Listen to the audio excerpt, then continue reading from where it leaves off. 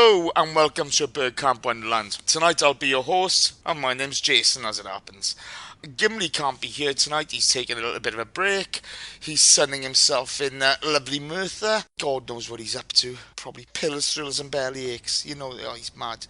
So you got me, unfortunately. Tonight I am joined by Daniel, the GFP. Danny, how are you?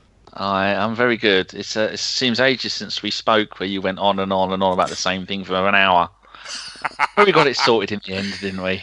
Look. Yes. If you could organise anything, I'd give you a bit of respect, but you can't. I can't. Okay? So shut up. I'll shut up.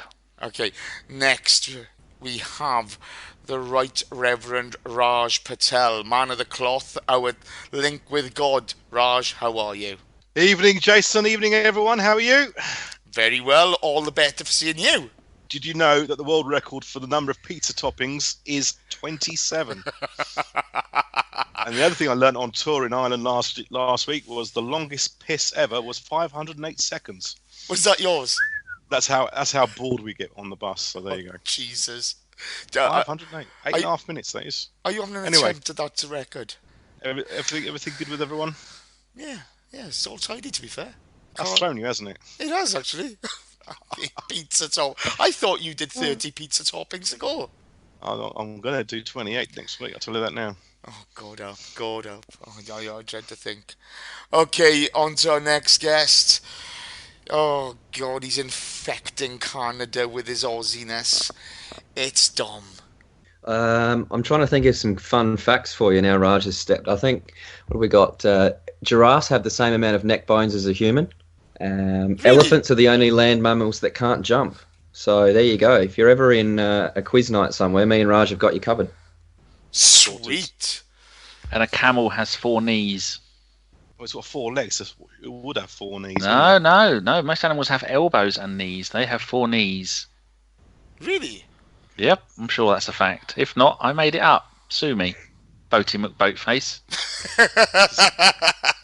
This is going to be a fun pod. Oh, I'm losing the will to live already. Let's brighten it up. Here he is. He is our answer to Donald Trump, just without the racism, without the twattery, and with good hair. It's Andrew Fife. How the devil are you, Andrew? Ashes of the famous American rapper Tupac Shakur were mixed with weed and smoked by the members of Outlaws, the hip-hop group he founded. That's from What the Fuck Facts on that is actually Twitter. Wow. So there's your facts. Seriously? Yeah, no, I'm good, thank you.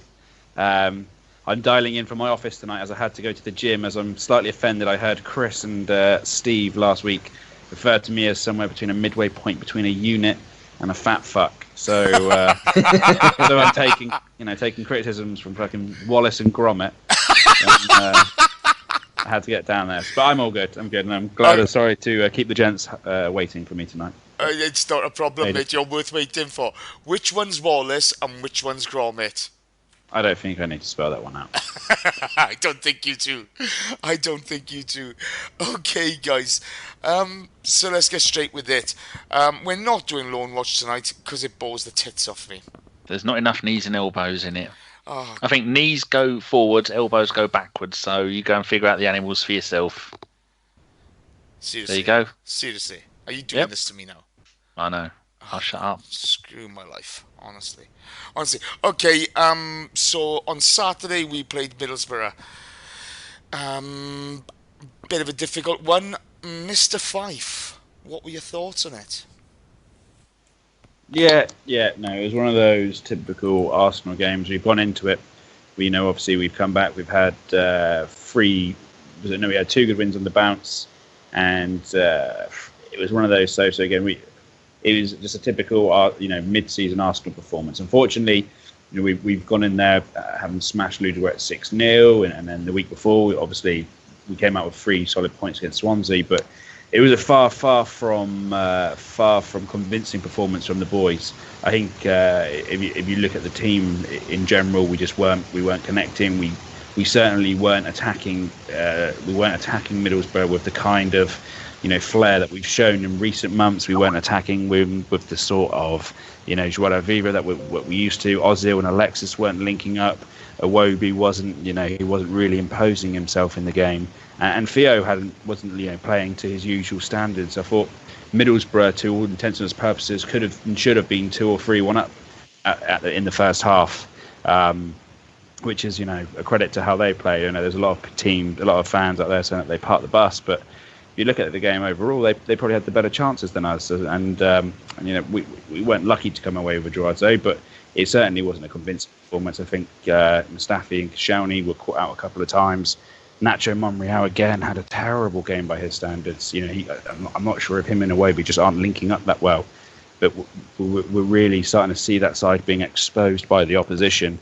I thought Hector Bellerin, he kept his cool, he played pretty well, and Coquelin, not so bad, but it's just one of those games where you're going to have to put it down, and these things do happen, but when you've got Man City dropping points and when you've got Tottenham dropping points, and with the league the way it is this season and everyone's so competitive, and after what happened last year, we've got to be so hungry to win these games. This is one of the worst teams in the league, and you're not going to get much of a better opportunity to beat, to come across these kind of guys. You just have to bury them. Left the game pretty disappointed. I thought Alexis again, his body movement. I know Dave last week was saying, everything's fine, but you see the way he plays, and he's just not linking up. He's not creating well, and he's too busy barking off at everyone else like they're the ones who are the problem. And to be fair, they didn't have a great game, but he was genuinely awful on the weekend, and all he wanted to do was shout at everyone else, which really wound me up. But yeah, it'd be interesting to see what the others have to say. Okay, it's quite interesting you've come up with that. Raj, Fifey's mentioned Sanchez there and him barking orders. One of the great things that we've done this year so far is the interchange between Ozil, Iwobi, Sanchez and Walcott. But is there a point at times where we need somebody just hanging on the shoulder of the centre half? What are your thoughts?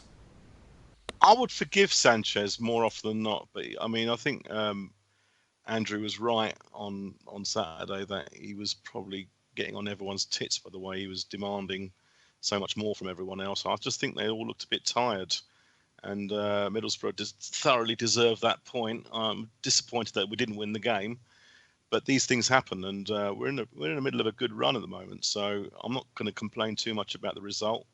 The other results that weekend helped us anyway, so we're still in the hunt. But with Sanchez, he's a perfectionist. He demands a lot more from players that are lesser than him in some ways, but he needs to learn to control that impatience and then kind of be more of a team man when we're up against it.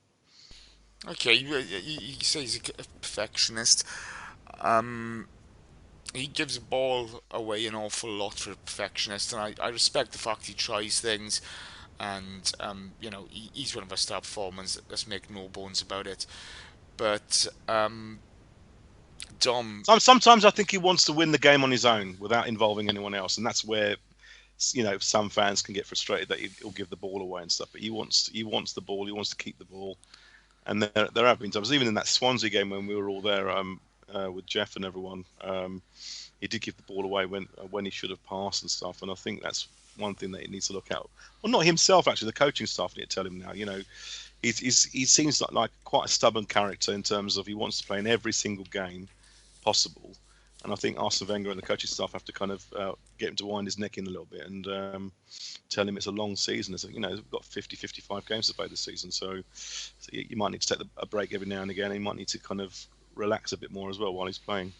No, I totally agree. I think it's point well made.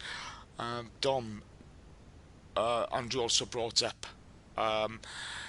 Monreal and our left-hand side at the moment. It seems as though every week we have Usain Bolt in disguise on that side, and we've got very little support coming from Iwobi for Nacho.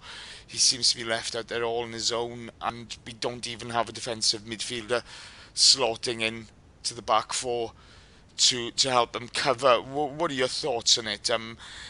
Is it all Nacho, or does Iwobi need to take his defensive responsibilities more seriously? Go nuts. One thing I've always noticed with Monreal over his time there is that he does let crosses come in a little bit too easily. And I know that earlier in the season when we conceded somewhere, I'm not sure if it was a Liverpool game, maybe not. Arsene Wenger actually pointed to the fact that the mistake was made where when was it that we conceded really, really early? It was a Champions League game, wasn't it? It was PSG, I think. PSG. Yeah, yeah, yeah, Yeah. yeah. He after that game, he said that the mistake in that goal wasn't necessarily the centre backs being caught out, but it was Monreal. Well, he pointed to the left back. He didn't say his name. That the cross came in a little too easily. But overall, I do think that. Why am I echoing? Overall, I do think that That's just your Aussie maybe twang. Iwobi is sort of lacking in his defensive duties just a little bit, and the period that Monreal has played his best football with us. It was when Alexis was on that side. I think we can go all the way back to when Podolski was at the club. That Monreal didn't have a very good stretch of form there either, and we all know that Podolski didn't get back and cover too well. So probably a little bit of both, I'd say. Maybe just a little bit of a rest, but I don't think Monreal's forgotten how to play football, and he was never the quickest player going around anyway. So it's not like he's lost a couple of yards of speed that's starting to cost him. I just think that he is caught 2-on-1 quite a lot. And you're right with the defensive midfield situation. There's not too many times that I've seen someone covering over there when where teams have countered. So probably something that we need to look at, I'd say. Well, this is one of the things I'm coming to know. I want you all to come in on this. I'm going to start with you, Fife. Our midfield on Saturday was El Nene and Coughlin. Plenty of engine in there. Not a massive amount of defending done by the pair of them. I felt they were not even bang average at helping us out when we got caught on the break, and very little creativity. I've seen a pass map from the game. It was all sideways. It was nudge the ball. What are your thoughts on that? If you're going to play these guys, do we expect them to be a bit more effective in defending? Certainly so. I think it's not. Yeah, obviously defensively you expect a rock solid midfield when you're playing El Nene against Coquelin, the pair of them together. But I think what we've seen this year, we've seen Coquelin. He's progressed further up the field. And one thing that really concerned me was that without your best friend Santi Cazorla, I know you're going to hate me for saying this, Jason, but we just lacked so much creativity. But didn't we, Fer? We lacked so much creativity in the middle of midfield. We weren't setting the tempo like Arsenal usually do. And El Nene, I thought El Nene had quite a good game personally, but when I looked on Twitter afterwards, the amount of vitriolic abuse he was receiving from Arsenal fans was horrible. And clearly I was in the minority there, but I thought Coquelin, they just didn't seem to gel, which is strange when you look at Coquelin's stats. It's actually, here's a surprising stat for you. All jokes aside, Coquelin's completed more passes in the final third than any other player in any top league in Europe this year. He's completed 128 passes in the final third, which is surprising. So you expect, and he is roaming forward more often than now. He's doing that kind of Vidal attacking from further up, whilst letting Cazorla do the Perlo and basically attack from deep.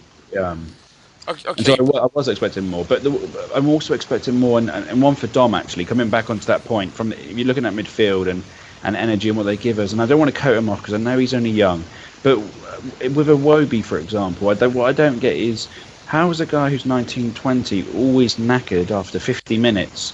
He needs to get subbed off after 50, 60 minutes each game, and for about 10 minutes we seem to be carrying him, and and it just leads to chance after chance after chance for the opposition, and there's no link up between him and Monreal whatsoever, and because he isn't playing down the channel so much, it's not giving us that outlet down the left as well, like when Sanchez plays there.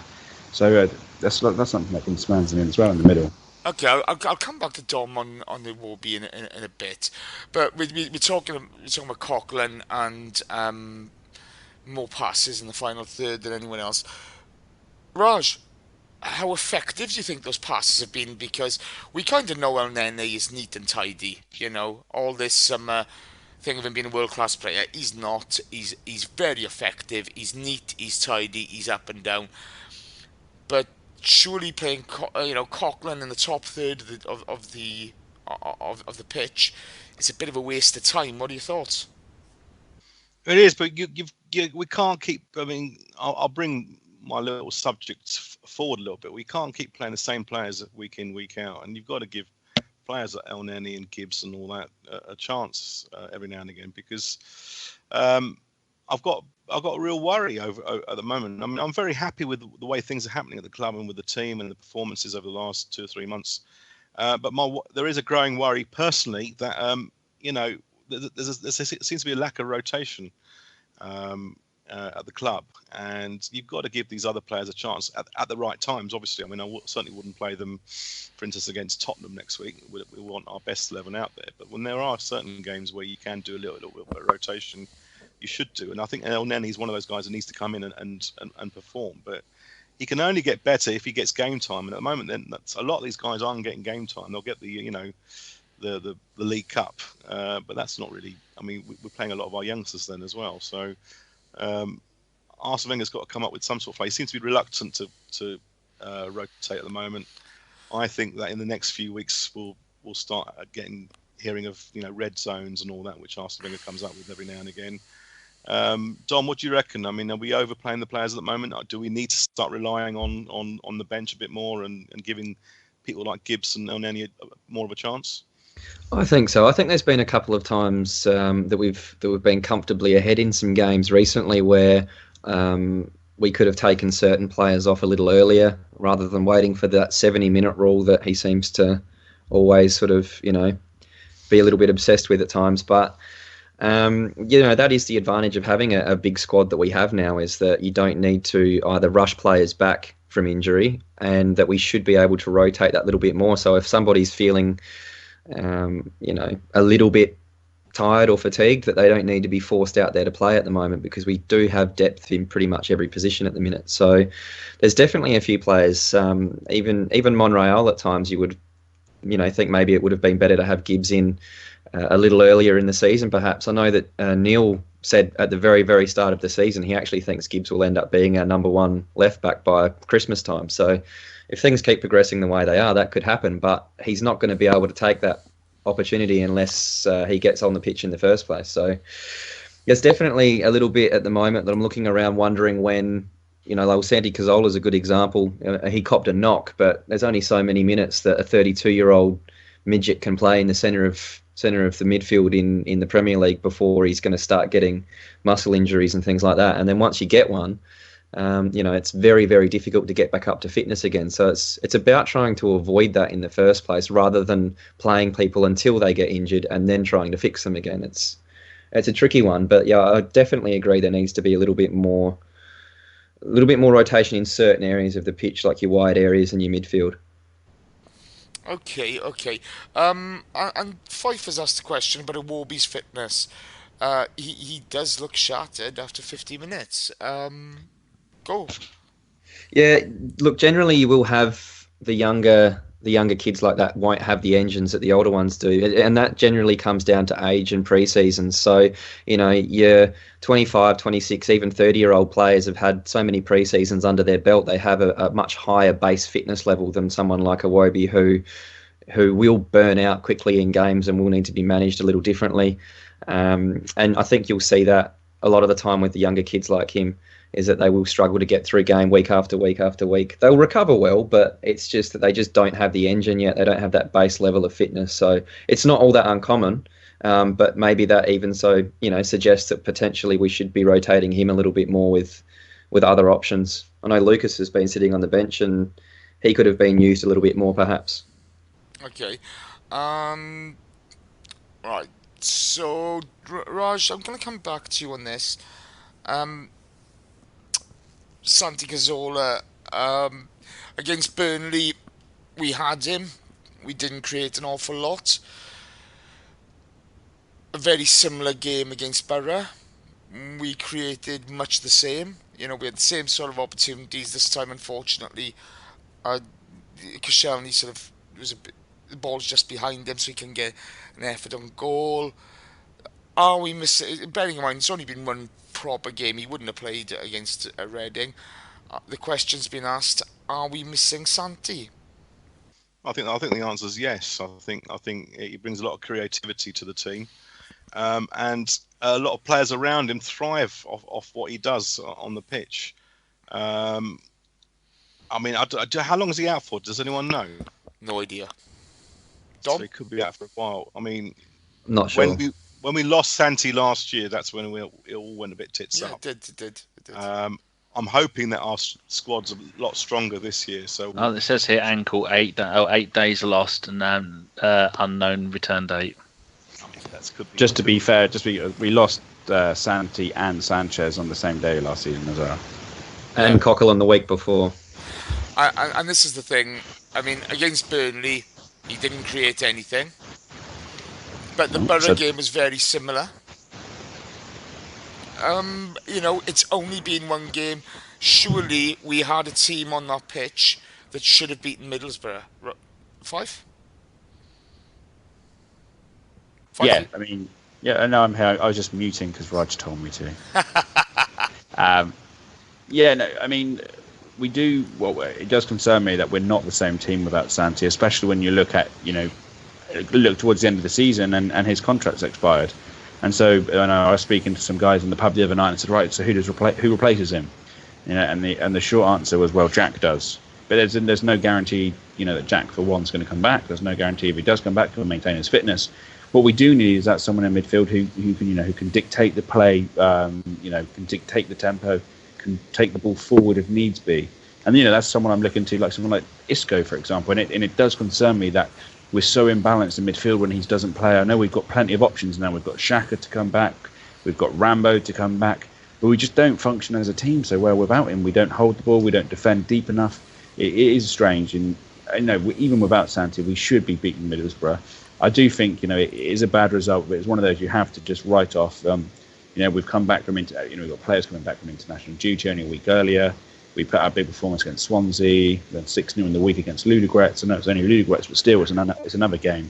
You just got one of these you have to take on the chin and learn from it. And I guess in a way we've got slightly lucky that both Spurs and City have dropped points at the same time. But at the same time, it's a chance loss, isn't it? So yeah. But yeah, there is a concern then, and I do worry what's going to happen with Santi at the end of the year. Is he going to leave if Wenger leaves? Is he going to stay? I don't know, but I do know that. If he does leave, we need someone in that role. Okay. I actually think in that game we probably missed Giroud more than we missed Santi. That's just my thoughts. A target man's always handy against a team like that. What about Xhaka? Do you think we missed Xhaka in that game? Because when Andrew's talking about a player who dictates tempo, who brings the ball forward, Santi does it beautifully at times. He's a wonderful player. But Xhaka again has that capability, and some of his range of passing is exceptional. Was it a case of we were a bit unfortunate to have the both of them at the same time? Perhaps I'm not sure. I think that Coquelin and Elneny probably aren't blessed with the passing range of Santi and Xhaka, but I also think that going forward as well, we became very one-dimensional because, they were happy to let us take the ball wide and try to cross it in all day because we had no real threats in there. So a Giroud would have been the ultimate option there. Yeah, create a little bit of chaos, knock the ball down for people running onto it, and if teams are going to sit back deep, then Ozil and these players are going to find it difficult to find space. So it's just the aerial option that just creates another headache for defences. Cool. And let's wrap up the Middlesbrough game. Raj, your final thoughts on it? Don't lose heart. It's a draw. It was disappointing, but I thought, to be honest, as a fair person, I thought Middlesbrough deserved the point. I thought Traore was superb at some points during that game. And we were lucky in that other teams struggled as well that same weekend, so we're still there. And I'm not going to lose sleep over it. We are going to draw some games this season. We're going to lose a couple. Our biggest challenge over the next 3 or 4 weeks is we'll find out how deep our squad is, because with Santi out, I want to see how we can cope with that, because we kind of collapsed pretty badly last year, and I want to know that we've made the changes this season to be able to cope with these kind of losses. Okay. I do apologise, Danny. I didn't bring you in there. I'm sorry, Danny. Oh, they heard me midweek on the radio show, didn't they? Yeah, I got one final question for you in this. We've seen Liverpool lose at Burnley. We've seen Watford beat United. We've seen the so-called minnows of this league beat the title favourites so far this season. Is it just a fact of life that this is probably the most competitive league out there, where anybody can be beaten on their day? Yeah, anybody can beat anybody, especially Man City. What's that? 6 games in a row now. They haven't won. That is at the beginning of the season when they won 10 games, all competitions in a row. You think that's it, the season's over. But I remember people were shouting and screaming after the Liverpool game, "Oh, that's 6 points dropped. We'll never get that back." Well, now we're ahead of Man City and we're ahead of Chelsea. And I think, are we ahead of Man City? Oh, are they top? No, they're top. I think they're top. Yeah, they've got one better goal difference than us, haven't they? That's so correct. it's us, Liverpool, Man City, all on the 20 points, and they've got 11. We've got 10. They've got 9. Yeah, so it happens all the time. I remember if you look back at the Invincible season, we drew lots of games that season. Some of them were right on a knife edge. So a draw means nothing. It's a clean sheet, which is an important thing. It's a clean sheet, and that everybody played well. And I'm not worried about Santi being out because we've got El Neni, Coquelin, like you were saying, like Dom was saying earlier. Coquelin is now playing as the more advanced player. I love that bit, Dom, where you said one of them has been the Perlo and one of them has been the... What was the other player you said? I didn't say that. I don't know what you're smoking. Oh, you did. Me. You said Coquelin. Oh, you said it, you 5. Vidal, yeah. If you look at how they're playing against each other, in the peak Juve days of Vidal and Perlo, Vidal would defend, but he'd press high up the field, and so he'd be defending higher up the field to take away that to give Perlo that space from deep where he can be the deep line playmaker. He is. So. That's a great analogy of Coquelin's completely changed his game. Considering a couple of years ago his career was over and he was floundering at Championship Charlton. Was it Charlton he was at? Yeah, I think it was, floundering there. And then he's got back into the team, changed his game. Been one of the players we depended on the most, and now he's changed his game yet again. It just shows how adaptable the bloke is, and it's really good to see. So I know Xhaka, he got a 3-game ban for that red? So he's missed Reading. Yeah. Reading, Middlesbrough, and Sunderland on the weekend. Is that what we got at the weekend? Yeah. We don't have to put any players out against them, and we'll still get a win. Oh, God. So yeah, Xhaka, that'll be time for Xhaka and Coquelin to dominate that midfield, and they're both quite hard bastards, aren't they? So no one's going to mess with either of them. So that's going to be brilliant. Something to look forward to. It's going to be interesting. I mean, I think Coquelin works hard, but for as many passes as he's making in the final third, how many of those have led to a goal or assists and so forth? I think we need to look at that in a bit more depth. But again, the guy gives 100%, and you've got to admire his tenacity. Okay, that's it for Borough. Let's go on to the midweek game and Reading, the EFL Cup, a chance for our youngsters to shine. Gibbs came back into the team as captain. Funny enough, he is one of the most senior players now. Ox started, Perez started, Dom. First of all, did you enjoy the game? Yeah, I did. It was. I think it was, to me anyway. It was obvious that there was 11 players that hadn't been playing together a whole lot like the first 11, because they didn't quite seem like the same sort of style of football, I guess, where everyone was on the same page. It was a little more open, I think, the game, because of those partnerships that hadn't had the time to develop. So, but it was great to see the young kids get a run out. The Jeff was running around out there. Same thing. He was cooked at about 60 minutes. He was had nothing left in the tank. Iwobi had a little bit. I don't know. He's kind of. I think with these young players, you're going to see patches of form that are brilliant, and then they're going to fade out a little bit during the year and come back hopefully again. But it's nice to see that Oxlade-Chamberlain looked like he had a really good game. So, if need be, that he can step in for Iwobi if he needs a rest or if his form starts to waver a little bit. But really impressed with Rob Holding as well. I think that he's a defender that I know that Fifey's not a huge believer of Callum Chambers, but it's good to see that we've got a young defender in and around the club at the moment, that if one of Koscielny or Mustafi is to go down injured or needs a little bit of a rest, I'm quite confident that Rob Holding could come in and do a very good job. So probably more so confident with him than I am with Gabriel. So that's really nice to see. Lucas played pretty well, I thought. Overall, Did you really? Did you think? Yeah, I think he wasn't too bad. I just think that he's those, like I said, the players that he was playing with probably aren't the same ones that, it's not like he's with Alexis and Ozil and Santi out there. So I think it was a little bit. I think that the players that he was with, maybe he was a little bit above that level. Maybe, I'm not sure, but he worked really hard, which is always good to see. It was nice to see Giroud come back on as well at the end of the game and have a little bit of a run around and get a little bit of fitness and form, because I think he's someone that I really do think in the next month or so, with some big games coming up, that it's going to be really, really nice to have him as an option to either start and have Alexis on the left, or with Theo on the right, or we can bring him off the bench and he can be a bit of an impact sub. So it's a game as well where we lost Lucas and he's reportedly going to miss about 6 weeks. So it's very, very nice timing that we get another striker back. Yeah, a bit of a shame about that news. Raj, as Dom has alluded to, it was quite kind of a disjointed team. These guys haven't really played together that often, if at all, and you can look at the Perez performance in a number of different ways. The one thing that kind of struck me, I'm not sure if you agree with this, everybody kind of was prepared to work hard. I wasn't very impressed with certain performances, but again, it's very difficult when you haven't played regularly with each other. Ox grabbing 2 goals, working hard, Holding, as Dom said, really accomplished performance in the middle there. Looked a bit of a leader. Do you see good things coming back for Ox now that a couple of goals under his belt? Yeah, I mean, I've not been his biggest fan over the last few weeks, to be honest, but it's always good to see him score goals, and you hope you can transfer that onto the bigger stage, Premier League and Champions League. Whether we get much of a chance at the moment, I don't know, but it may well do.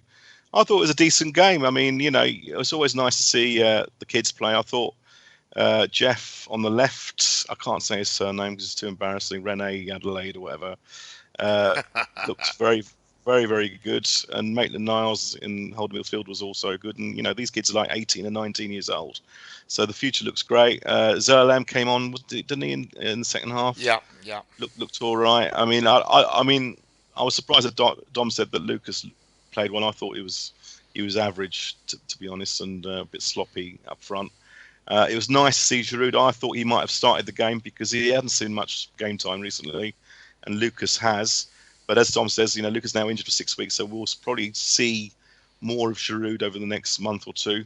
I still think he's a 15, 16, 17 goal a season striker. I haven't lost faith in him. I just find it a bit strange that he hasn't had much game time. I know he's been injured, but overall it was Reading, so nothing special. We're still in that competition, which means we get another chance against Southampton. Someone said on Twitter last night that we probably need to play a stronger team against Southampton because Southampton will have their first 11 out for that one, and they're probably right. But I mean, we've got to give these opportunities to these kids, and I thought they were very impressive. Oh, brilliant. Okay, cool. Andrew, build on what Raja said there. So, we've had a lot of youngsters play. We've seen Gibbs start as captain. How do you feel that went? And moving on to the next round, obviously, we had a bit of a disjointed performance there. Who were the stand-up performers for you? And would you play a strengthened team against Southampton, or would you stick with the kids? Yeah, no, I think it's quite interesting. There's a couple of things I agree with Raj there, and then there's a couple of things I really don't agree with. So I know, well, not so much. Just fuck off. So it was one language.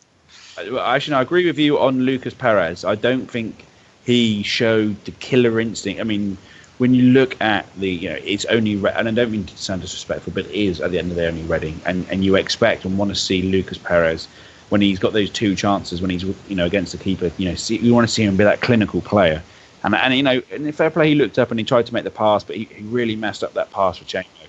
I think it was Chamberlain, or it might be Jeff. Sorry, and I was expecting more from him.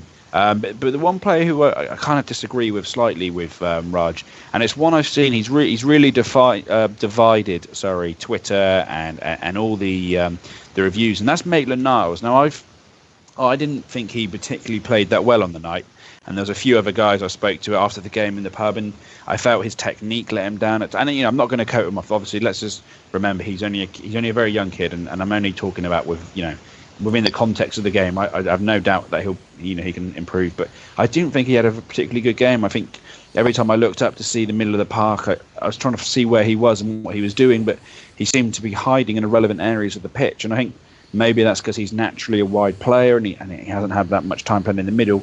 But I don't think he was particularly that great. His technique let him down. Some of his shooting was sloppy. Some of his passing was sloppy. But, he still nonetheless made some good tackles. I thought Kieran Gibbs had a good enough game, but when you've been out the first team now for nearly a year and a half, and it used to be your position, and I really want to see him doing a little bit more. I want to see him really going for it. I heard a story that apparently Liverpool were in for him in the summer, and this was at the period we were looking at the Swiss left back, and he said to Wenger, "No, just keep me. I'll fight for my place." And you want to see him do that. I agree with what Dom's saying. I think Holding was brilliant. Gabriel was okay with a couple of shaky mistakes. I think it was great to see Jenkinson back in the team just for the banter. He should have scored, but he was solid, wasn't he? Yeah. I thought there was some nice link-up between Jeff and there was some nice link-up between Iwobi. I thought they played pretty well. I think Iwobi looked much more comfortable, and I think Iwobi is naturally a number 10, and that's what, maybe to my point earlier when we're saying, why aren't Iwobi and Monreal linking up? Again, he's only a young lad. He's never really played left wing, and we're shoving him out there. I did say in the summer, the one position I think we should really spend more money in is in a winger, because Iwobi's he's a very talented young kid, but I think he's just more naturally gifted in that number 10 role. I think and then obviously the man of the match and the star man will go to Chamberlain. He got the 2 goals. He took them both extremely well. Apart from that, I think some of his play was very dumb. I don't know why he was kicking his free kicks and corners. He was literally just doing kicks as hard as he could, which I thought was a bit dumb from him, and some of his movement wasn't great. But nonetheless, he stood up and he counted, to make himself count. He scored those 2 goals and he led the team, which is what you want to see from Chamber, because all too often he's the one whose attitude is not his attitude, but his confidence goes missing. And so to see him leading the team is very good. I think if in terms of the next round, I'd like to see Xhaka move into. I mean, when is the next game? Have they announced the date yet? Do you know when it is? Oh, I think it's about 3 or 4 weeks' time, isn't it? Okay, so maybe Xhaka's just back from his red card. It'd be nice to see him start. Obviously, nice to keep Elneny in the team. I think you'd keep Iwobi and you'd keep Iwobi in that side, and you would keep Jeff and probably Chamberlain, and then I guess you'd go with Giroud, and from there you'd keep pretty much the same. Just put Giroud in. Wouldn't you? And Giroud and Xhaka. Okay. Dan, I'm gonna make a couple of points now. I'm gonna come to Dan. You woke me up. Oh, bugger off. Oh, you're such a slag. What's going on? Have we started yet? Sorry, mate. Bit disjointed. I've done the radio show. I've nothing else to say. The boys have mentioned a couple of things there, and Yeah. I'm going to pick up on a few points. I want you to talk about it, and then I want the guys to come in on this. So, Monreal's had a tough time recently, and people are talking about Gibbs coming back into the team.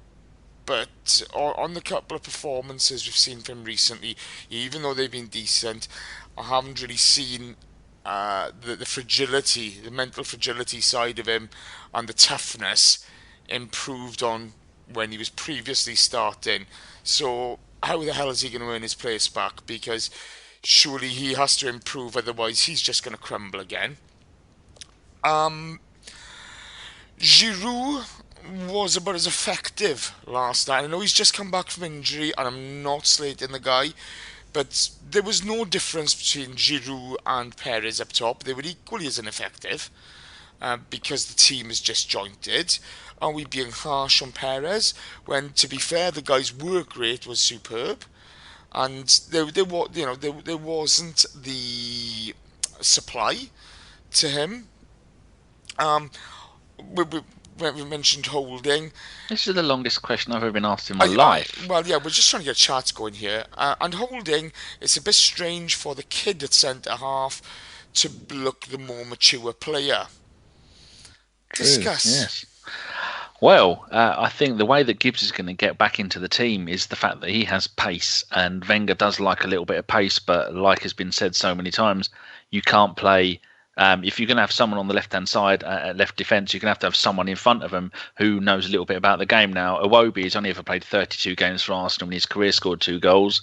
You can't expect anything much from him other than just someone who's going to run around and do the best they can. I agree with Fife, where he said that I think he's a natural number 10. I think he is, because he struggles to be as restricted on the left-hand side to try and to just stay there the whole time. He often drifts around, but that works at the moment because our front four are so fluid, which is a brilliant thing to see. But I think Giroud may well be, his time at Arsenal isn't going to be as profitable as it has been before. I think we have moved on from the very static number 9 in the number 9 position. I know he's number 12. I know he tracks back a lot. He covers in all kinds of position, but he hasn't got pace. He uses his bulk and his muscle and sometimes his ability in the air to do what he's done for us and carry us with goals wise for the last 3 or 4 seasons. For the last 3 seasons. Or is he in his 5th? However many he's been with us, I can't remember since we got him from Montpellier. I think the Arsenal way of attacking has now changed, where you want somebody as the main striker who is going to fall back to the 10, go left, go right, make fast runs, and not necessarily just do what Giroud did. So by seeing that Lucas came in and did that, you're right. Lucas is almost a carbon copy replica of Giroud when he plays as the main striker. I think Lucas's best position for us, looking at the other night, is going to be playing him out wide left, because when Giroud come on, they took off the Jeff, who had done virtually nothing the entire game, and then you played Lucas on the left hand side. Or you tried to, and then he got injured. So I was quite looking forward to seeing him playing there. But that's mainly going to be his position. I think he's going to be a player that's going to come on and play when we need him, play when we got injuries. He's not going to be a starter. And Giroud, you can't really rate him on that one game, but he was hungry for a goal. He a couple of times he nearly scored, and that's what we want from him. Remember, we've seen Giroud so many times. Remember the beginning of last season, we had the angry Giroud because Walcott was starting the games, and angry Giroud to come on is the kind of Giroud that we want, because that's when he's going to get the score the goals. It's when he is happy that he's number 1 and that he has no one pushing him. That's when he tends to get a little bit lazy. And I think at one point last season, didn't he go where he got 1 goal in 13 or 14 games or something like that, which that whole barren period when we didn't have Santi playing. And the thing that you were saying about Holding, I just hope that Holding has the brains, which I think he will have, to realise that you're going to be 4th or 5th choice at the moment. You're going to probably play all the League Cup games, maybe play the odd FA Cup game, maybe a Champions League game once we win it and we've won the group, and then maybe the last game. But he is not going to be able to push his way into that team, because I think the Koscielny-Mustafi combination at the moment at the back is one of the best I've seen. I think they possibly work better together than maybe even Koscielny and Per, because I've always thought that they were 2 brilliant players, but we all know that the Gabriel can't play with Koscielny because they're both similar kind of players. But Mustafi is more than happy to sit back and let Koscielny go forward, because remember in the days of Adams and Keown, or Adams and Campbell, there was always one that stayed back and one that went forward. And we talked to Chris many times about this, about having that combination, and the whole thing. I'm just very, very happy about the way the whole team is working. It's going to be a miss not having Santi, but like I was saying before, I'm looking forward to Xhaka getting an extended run in the team with Wenger's boot up his arse, telling him not to make any dark yellows again. Fair enough. That covered it. Sweet. Dom. Yes. Come in on that. Oh, I got nothing. Oh, I think Danny covered it all, didn't he? Sweet. Okay. So anybody else got anything to add about the Reading game? It wasn't the greatest game. It was nice to see the youngsters out. Do we hold out much hope of beating Southampton? I don't. Oh, Christ, no, I don't think we will, because even when we put out our best 11 against them, they're a bit of a bogey team for us, and we're going to put out a bunch of young kids against their best 11. So I don't they beat really. us last year, didn't they? Yeah, they did. Yeah. They've been tough opposition for us for a few years now. But there you go. Fife, anything to add? There was some fantastic hooliganism going on by the Reading fans after the game. It was pretty funny. Running up Hornsey Road, there was about 25 to 50 little scruffy-looking chavs, must have been no older than 20, and they were trying to antagonise the Arsenal fans by singing Harry Kane, which I thought was that was their master plan to antagonise the Latte firm into a fight. But unfortunately, it was mostly attended. And what I'd like about the League Cup games, it was only a £10 for a ticket, and so you see, it's the first home game. It's the half term right now, so loads of kids, and they're going to their first ever game with their dads, and it was a pleasure to see it. But these Reading fans, complete idiots. As I say, must have been 16 and had about 16 brain cells between them. One of them tried to pull a guy off his motorbike on Holloway Road, which was brave. But yeah, that's what. So it was play school for the lads, is it? Oh, nice. They said they were out looking for Raj Patel, looking to make a name for themselves. Okay. Send them our way. Oh, God. Can I be there with a camera when that happens, please? Jesus. Well, there you go. Okay, so that's Reading wrapped up. There's no date for Reading yet. I've just checked. Apparently, it falls on the same day that on a Sunday they've got it down for. I think they've got it down as the 27th. We're not playing it that day. I was just looking here, 27th of November, the same day we're playing Bournemouth, but that's a Sunday. So a League Cup game would never be for the 27th. No, so I think Soccerway have made an error. It'll be Tuesday, Wednesday anyway. Yeah. Okay. Right. So that's Reading done. Objective achieved. Through to the next round. How bad was the 29th? How bad was Arsene Wenger's outfit? Did you see him dressed like a gangster? Dressed down Tuesday. He was dressed down Tuesday. But he's showing his contempt for the League Cup by doing that, I reckon. But I love, how sometimes he always dresses down in once or twice a season we see him in his informal gear. But he actually had a hood on this puffer jacket. It was hilarious. Do you think that he borrowed it from Tony Pulis? It looked like it, didn't it? I like the thought that he's turned up to the game and forgotten his suit. That's what I think might have happened. Didn't he? He put his suit on after the game for the post-match interviews, didn't he? Someone must have dropped it off for him. I remember I was once in Canary Wharf so the Arsenal players on a Friday before home games. They stay the night in Canary Wharf in the Four Seasons Hotel. Not sure if I should say that, but anyway, I saw Arsene Wenger walking around Canary Wharf on a Friday night. He was just going for a stroll by himself, and he was becoming increasingly frustrated at the number of kind of drunken people throwing themselves at him, to say hi or have a photo.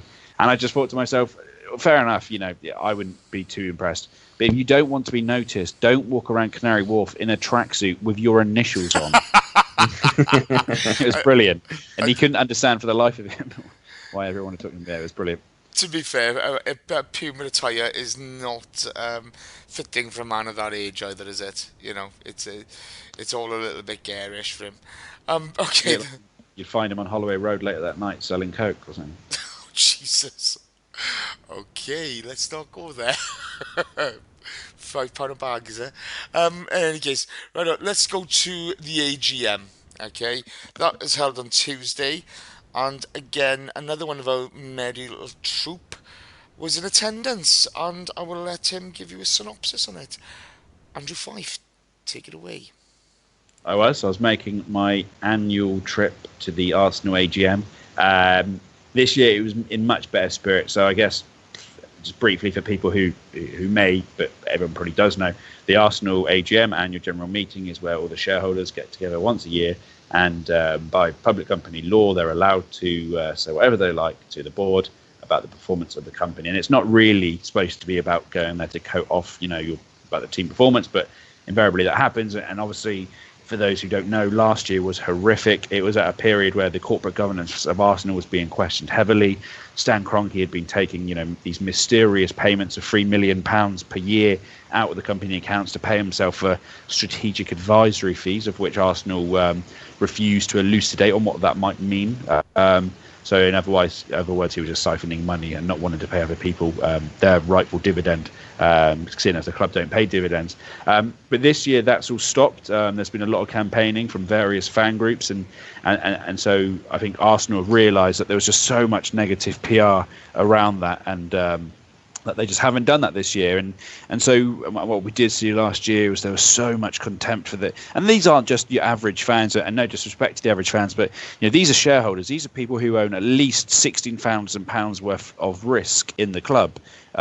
And so these people aren't just they're worried about their risk and their return. And so what we saw was last year Sir Chips Keswick had such contempt for having to answer to the proletariat. Whereas this year, it was much a different story. I think, the AGM opened up with coffees and biscuits and strawberries and everyone, the spirit. You could tell that there was far fewer people there this year. Unfortunately, obviously, after the collapse of the Arsenal fan share, the Arsenal Supporters Trust have access to far fewer shares now, and so we did see fewer. But it was a more intimate affair, as per usual. City. Basically, what happens is, so Chips Keswick, who's the chairman, chairs the meeting.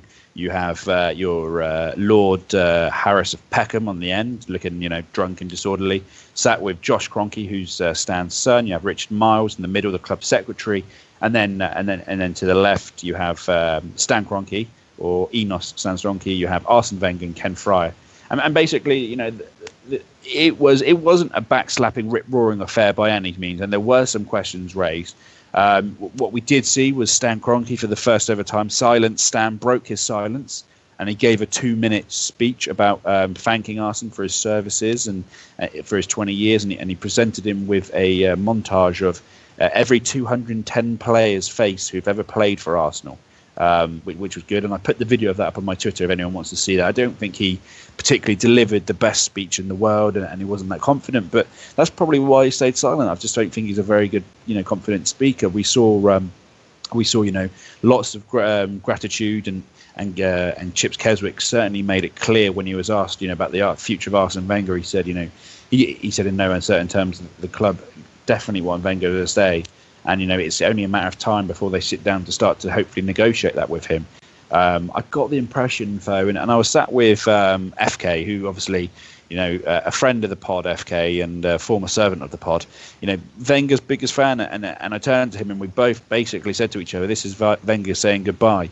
And I could be wrong, and he could go very well and sign another 3-year contract, albeit I think that's still up in the air right now. And because of that, I think Wenger was very much usually so the format is that a couple of questions are asked, and then then Ivan Gazidis gives a good 20-minute speech. He goes through his presentation. He talks about what the club are doing commercially. So he saw lots of stuff around how the club are expanding the number of non-strategic partnerships, by which he means partners who aren't Puma and Fly Emirates. So we're seeing far greater number of, say, sponsors with beer companies in Africa, digital companies in Asia, all that kind of stuff, which is opening up new revenue streams for us. And even Gazidis was very, he was very strict. He really much wanted to emphasise how the club have been developing revenue since he's been there, and the majority of that has come through, commercial revenue, broadcast revenue, and ticket prices have actually only risen at a rate below RPI. And he, so they do take on board feedback they read on Twitter, on blogs, from people like us. And so, and that was very much his presentation. And then Arsene Wenger stood up, and usually what you hear, and usually Wenger actually has to save the day, because these meetings aren't always, rosy affair. People remember the pod myself, Raj, and Mark were on last year. It was a fiery affair, right? It was terrible. But this year Arsene stood up, and he got rapturous applause from the crowd. One thing I will say about the shareholders is they love Arsene Wenger, and there's no doubt about that. And he gave a 15-20 minute speech, and what I do like about these events is actually you see a bit of humour from Arsene Wenger. He stood up and the crowd, and he comes to the front of the stage, and he was almost set up, like he's on a plinth basically, and it's almost like a stand-up comedian to a small select group in a pub on a Friday night. And he says, "It's been 20 years. I'm sorry." And that was his opening line. It was brilliant. And he gave a speech, and Arsene Wenger, I don't know if you've ever seen him live or if you heard him speak away from the cam, in terms of, when I mean speaking, it's not just an interview, a post-match game, a heat of the moment. This is something he's had to think about, and he's reflecting a lot on his 20 years. And maybe it's because this AGM is almost a ceremony as much as it is an AGM, and it's it's a look into Arsene Wenger, thanking him. It's just on his birthday, it's his 20th year. But it was very much a reflecting on what he's done at Arsenal, the changes he's seen at Arsenal, the changes he's seen in the game, telling us how we as fans should be proud of the club, that, proud of the fact that it's, we have the ambition to develop the game. But it was very much reflecting on change and what's happened and what he's seen in his time. And it felt to me as though it was a drawing of the curtains, or saying a parting goodbye. I could be wrong, but there was an element of sadness about him, I felt, which you don't usually see at the AGM. Usually, AGMs aren't going very well, and Arsene has to stand up and beat his chest and say, "We're going to do this, we're going to improve that," and that's usually what saves the day. And he said a couple of interesting things around how he thinks this year it will take 82 to 86 points to win the league. Even Gazidis was talking about how Arsenal have directly improved the lives of 1.3 billion people, 1.3 million people in Islington. How we were speaking at the Vatican the other day on values and how we're really respected worldwide. What I did like, actually, there was one question which came in, which Arsene Wenger answered. It was directly to him, and basically the question was put to him. Basically said, why did we fuck around and not get a centre back early enough? Why did we put two kids out against Liverpool? What took so long with Mustafi? And Wenger basically, if Wenger starts reading this question, and he's answering the question as he's reading it, so he sees the bit about Mustafi, and it's a very, very long question. So he's going, okay. So, yeah, what happened with Mustafi is basically we were chatting to his agent when we were out in America, and then things broke down because, Valencia didn't want to sell and he got injured. And then Wenger carry on. He's reading this very long. He goes, "Oh, I do not agree with that in the brackets." And I looked up, and basically someone's put in Gabriel brackets not good enough, Mertesacker brackets not good enough, and Wenger just starts laughing, which was pretty funny. But yeah, there was an element of sadness, and it did seem like a bit of a goodbye. One element of contention, I guess, was at you have to raise a hand to basically re-elect board members. So board members' position as a board member goes up for re-election. It went up for vote whether Stan Kroenke should remain on the board, and there was probably about 250 to 300 board shareholders there, and the reaction was very mixed, if not bordering towards no. And then Sir Chips Keswick basically said, well, what we can do in this situation is go to an official poll, but I should remind you that 69% of the shareholding is sat here with me, and that 69% says he should remain on the board. So that's basically saying Stan Kroenke says fuck you, which is fair enough. Who was being re-elected back to the board, sorry?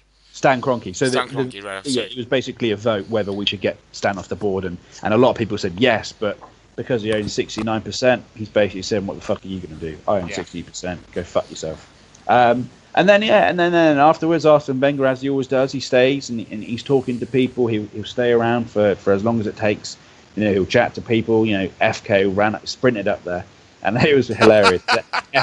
So FK and me are right. We're second row, and FK's there, and he runs up to Arsene Wenger, and we're having a chat, and he's there taking a selfie, and he's had his word. I haven't listened to what he said, but and I've spoken to Wenger. And this French guy in front of me actually said to him, "What's your favourite?" They're both speaking in French, and I have very limited understanding of French, broken GCSE at best. But I understood him. He said to Wenger, "What's your favourite word in English?" And Wenger just went, "Goal." But as FK and I were leaving, I don't think he'll mind me for saying this, but as we were leaving to walk back to Holloway Road together, he was literally talking at 1,000 miles per hour the entire time. Bless him, he was so excited. It was hilarious. He's never seen. I've never seen him that enthusiastic about something. But overall, I think it was a good AGM. There wasn't as much controversy. I think the club certainly now have taken a step back. They've learnt that they need to respect their shareholders more than what was happening. I think there is a draw. There's questions. There were some ridiculous questions put to them. There was one question around the banner, and I believe the banner, DJ DT's banner, correct me if I'm wrong, was taken off him at Man City. And I think there's a bit of debate around whether that was Arsenal stewards that took it or whether Man City stewards. And I'm not going to get involved in that. But basically, a question was put to him was, by removing banners, are the club now the club now acting like North Korea by banning freedom of speech? Which I thought was just an utterly ludicrous question. Don't get me wrong, I am all for freedom of speech and civil liberties, but once you start comparing, a banner at a football game to the most brutal totalitarian regime in the history of civil liberties, it just makes itself so ludicrous that the board don't even have to answer it. You get one chance a year to ask these questions. There was good questions around safe standing. I think basically the answer was, well, listen, it's up to the FA and the English government to make a decision on safe standing, but Arsenal are monitoring the situation with interest. I believe they're monitoring what's going on at Celtic, but there isn't too much gossip and drama this year. And sometimes, that's what you want from a football club. You want a steady ship at the top and the action to be done on the pitch. Okay, cool. I mean, yeah, let's be quite frank. Okay, all too often we hear this freedom of speech nonsense and what have you, and the same people who bring it up kind of don't like it when it's aimed back at them, as we saw on a social media stance last week, and they all act Billy Big Bollocks when they're the butt of it, and quite frankly they can go fuck themselves. Comparing it to North Korea is quite shameful. Before I'm going to let Raj and Dom and Danny come in and question you for a second, I just want to ask you one thing first. So you've had tea and bickies with Arsene and Sir Chips. Where was Usmanov? Usmanov doesn't go. He usually sends a representative from Red and White Holdings for him. So there would have been someone there for him. But basically, and we've seen the club are asked repeatedly, should Usmanov be given a position on the board? And, they repeatedly say no. And unfortunately, even though he's got 31% of the holdings, that isn't enough. But he will have had a representative there. There were probably plenty of young junior bankers and investment management analysts as well. But, he won't turn up in person to something like that, I doubt. Okay, cool. Dom, you've got a question for Andrew. Go. Yes, what hair product do you use, Fife, to get the volume of the hair? I use American Crew, the fibre. GTX. Yeah. All right, I'm onto it. What's that, Raj? Castrol GTX. What do you use, Raj? I don't, because I've got a proper hairstyle. Oh, all right, no. Seriously though, just you've gone to a few of these AGMs. I just want to know what you think as far as the progression goes. Are they all just sort of, do they just get up there to do their duty, so to speak, or do you see some actual improvements over the past few years in terms of all aspects of the club with, facilities and commercial deals and things like that? Yeah. So in terms of I think there's two. Maybe give me a remember. I think there's two parts to that. So in terms of the actual AGM and the rollout of the AGM and the day-to-day running, I think we've certainly seen a huge improvement in terms of, Stan Kroenke is now talking, which is major. It's unheard of for a business's major shareholder to stay silent. And we've seen far more respect given to shareholders.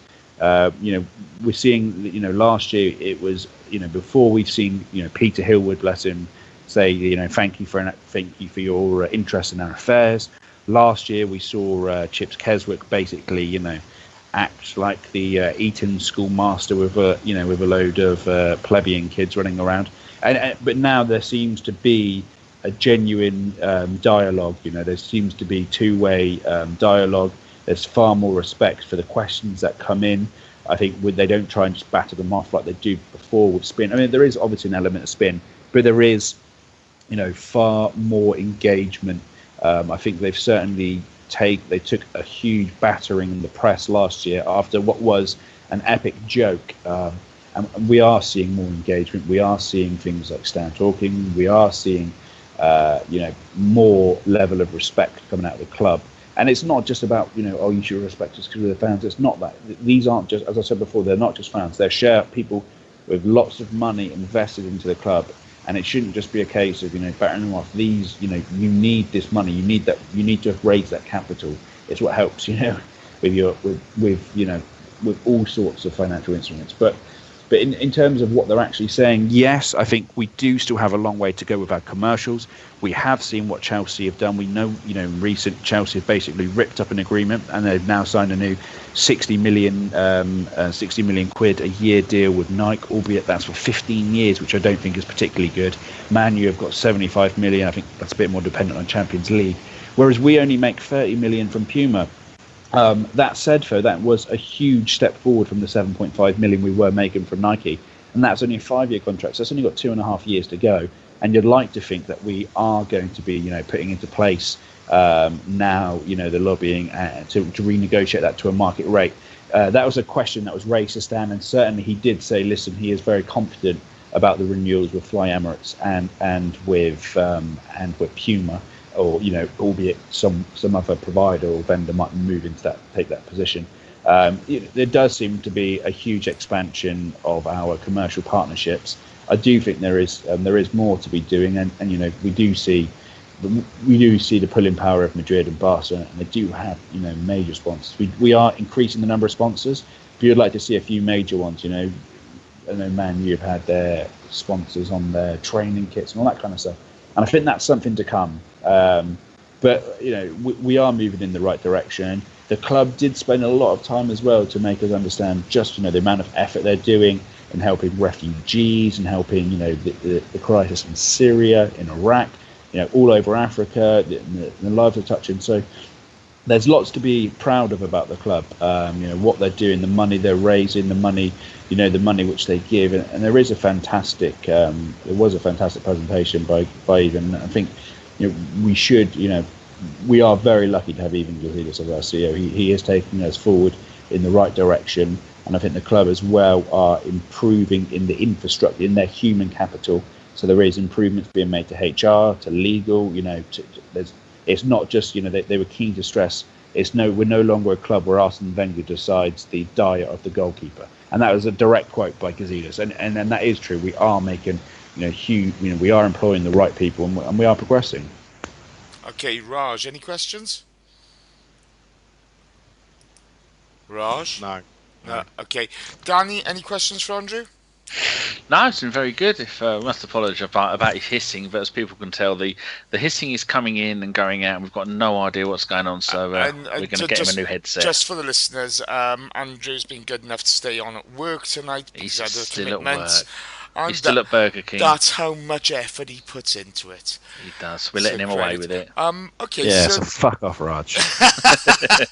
So to wrap up the AGM part, I just want to ask Raj a question.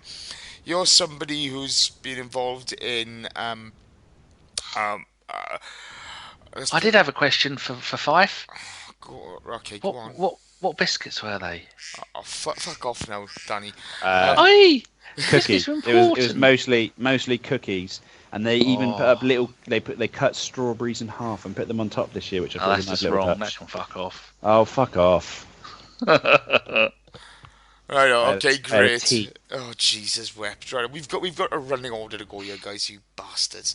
Raj, you're somebody who's been involved in protesting for the rights of fans, etc., ticket prices, just the club going about things the right way.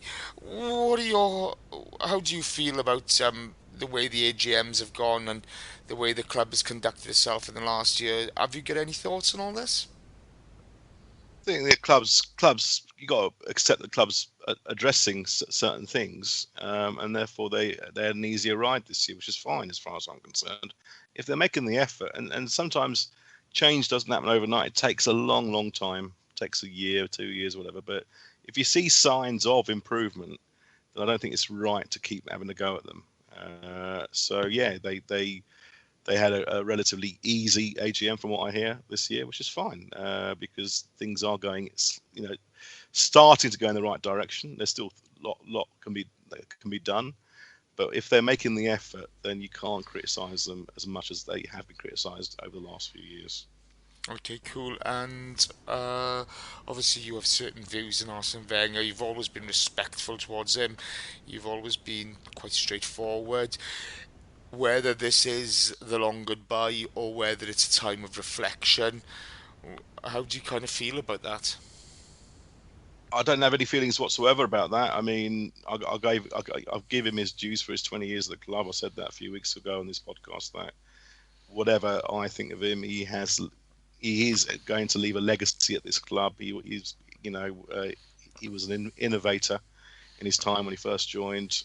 He's changed the way of football, not just at the Arsenal, but in British football in some ways. In terms of technique and tactics and fitness, nutrition, etc. My views haven't changed in any way, but I'm also the right person who's not going to campaign about it in any way, shape, or form. I've got no idea whether he'll step down at the end of the season or not. I've got no power over it, nor has any other fan. And I don't really worry about it anymore. I just want this team to do as well as they can this season. And then we'll reflect again in May. Cool. Okay. Danny, we're going to go to questions soon. Have you got them ready? I certainly have, my little wonder. Oh, you're a lovely, lovely boy now. I know. Now your tune changes. I ask about Biscuits, I get told to shut up. Gimli wouldn't tell me to shut up. No, Actually, he wouldn't. He probably would. He'd abuse you. He'd call me fat and all kinds of stuff. He would. I don't know why. Oh, bless him. We do miss him. Yeah, we do. Of course we do. I mean, I can almost smell the hash when he's on. Okay, it's all gone foggy. So that's the AGM and 2 games covered. So we're going to go to questions now. Danny, fire away. Lovely jubbly. Right, first question. Hold on, just shut this down because I was editing the website as well. I was listening to you, wonderful gentlemen. First question. This is a little bit controversial from someone called @Sir_Livers. Can you ask Raj why he's cancelled Sunday lunch? Tim Payton replies, he probably got a better offer, I expect. I did. Oh, he's definitely number 3 in the pegging list after Shags, so there you go. Is he? Can I come back on that? Go on. Go on. Tell Sir Livers he has the same eyes as Tim Payton. Oh, it's all kicking off. And also, I thought he was called Slivers because he was slug, not Slivers. I'd say we were talking before the pod and the other day. That's all I keep hearing about. Is some bloke called Sir Livers, and apparently OG says he's a wonderful man. Yeah, I met him for the first time. You met him as well, didn't you? Yeah. He's top quality. He's actually he's a good lad. Bit needy, is he? I'm joking. He mentioned that I didn't follow him on Twitter, but he's actually a really good lad. Lives in Greenwich, so works in Swansea as well. If anyone has an axe to grind and they're in SE10, he's your punching bag. Did he make it? He's a really good guy. Did he make it to the Stag Night? I don't think so. I did tweet. I don't think. Yeah, no, I think he blamed me for not making it. But yeah, he's a really good guy. Yeah, top man. He's a top man in Silvers, to be fair to him. Danny, next question. Next question is from Jacques-esque. I'll give this one to Dom. Overall thoughts on the Ox? I hiccuped during that. God, overall thoughts, jeez. I don't know. I think his improvement this season. I mean, he's now scored 4 goals. He scored 5 this season. His best ever before was his first, where he got 4 for us. Yeah, I think the end product of his game still could be a little. I think he took 8 shots at the Reading game, and 3 of them were on target. So. Scored 2 goals, obviously, but there was still a lot of his end game that probably just needs a little bit more polishing. But if he keeps working hard, and you see that with Theo, is it's the end product of Theo's games always, I think, has been quite good, but it's the work rate that's taken him to another level. And if Ox can keep just working really hard, then the rest of the game will come to him. He just needs to stop forcing it and just stop being so hard on himself, I think, because apparently, by all reports, he is quite critical of his own performances, and sometimes that can just, compound things and make things worse. So, yeah, look, I think if he keeps working hard, he's going to get some opportunities, and it's just up to him to make sure that he takes those opportunities and makes the most of them. Very good. So I'll ask everybody this question. Is the Ox this season turning into the player that we all hoped he would be, Dom?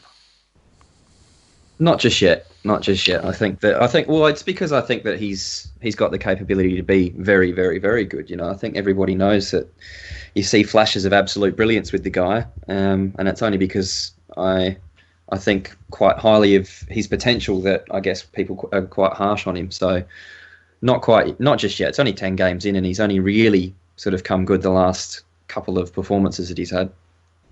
Totally good. Jace, what do you reckon? Not yet. I love the kid. I'd love to see him succeed, but I think he needs to relax, play heads-up football, actually be more aware of who's around him. I found people are having a pop about his set piece, and rightfully so.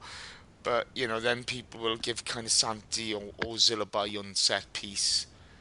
At the same time, because our set piece as a club has been a bit of a joke, but there's no change there when he takes us to anybody else. But I'd just like to see him play a bit more heads up football, be aware of who's around him a bit more, and relax. And because he'll put the effort in, he will put the effort in.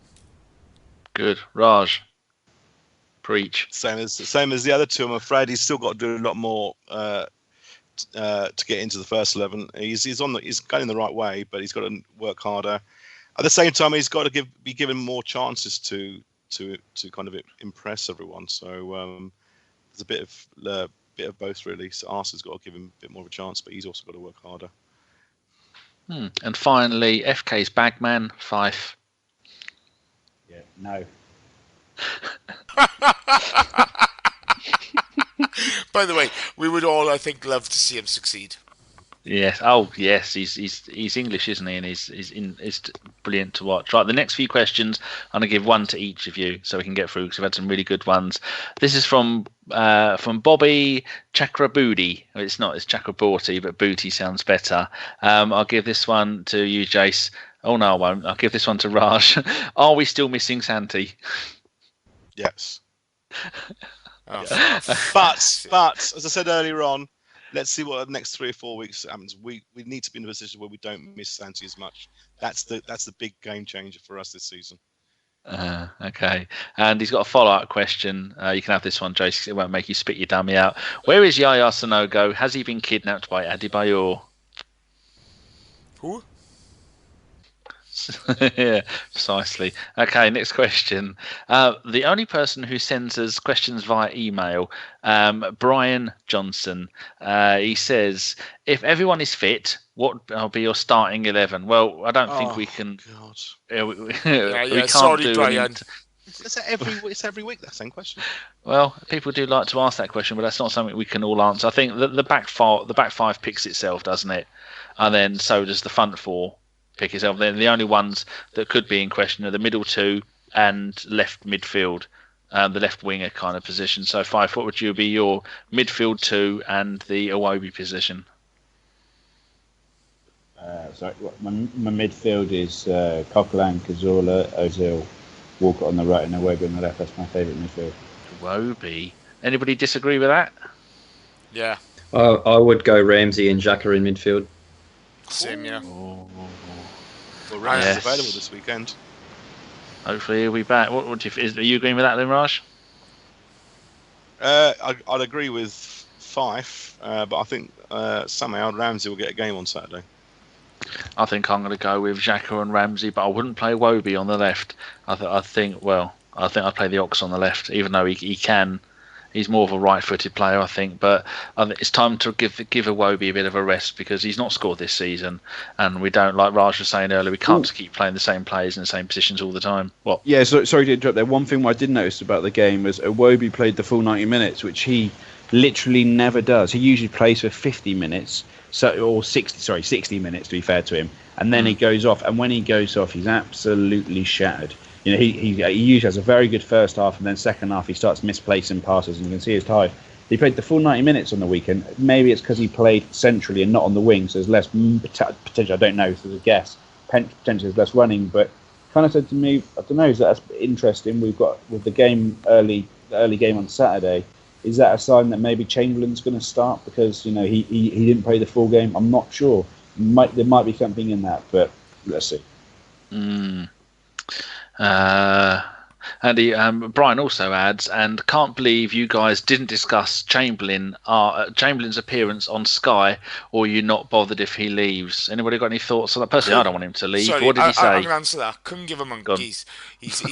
No, couldn't give a monkeys. What did he say first, in He case anybody basically missed it said like me? if he doesn't get enough chances at the Arsenal, he might have to leave. Well, you've got to earn the chances. He'll work hard, but if he's not good enough, tough tits, ta-ta. Okay, I would love to see him succeed with us, but Jeff said it the other day, no more passengers, adios. Let's move on. Right, that's a bit of Welsh justice. Right, next question. Hold up. Fuck his Sky appearance. What about all this on Gogglebox he's doing? Oh, Why is he watching TV with Jamie Vardy? Yeah, it's for charity, so let's give him a bye. Yeah, no, I did text in. I donated, so. As long as we don't give him a see you bye. Right, this next one is from Dimitri, and this is going to be for I don't get Raj and then a Jason. This will go for Mr. Fife, I think. With Lucas injured and Welbeck out as well, is it time to demand Yaya Sano? Oh God, I wish I'd have pre-read this. For fuck's sake! Yaya Sanogo's seriously, return from his alien abduction. Are we seriously going there? I didn't pre-read it, did I? What are we going to do? Without Lucas and Welbeck, what are we going to do? Are we in trouble? No, we're not. I mean, let's be honest, they're not playing anyway, particularly. We're just going to do what we did before, and we're going to rotate between Iwobi, Theo, and Chamberlain on the wings, and now we've got Giroud to come in to give some help to Alexis.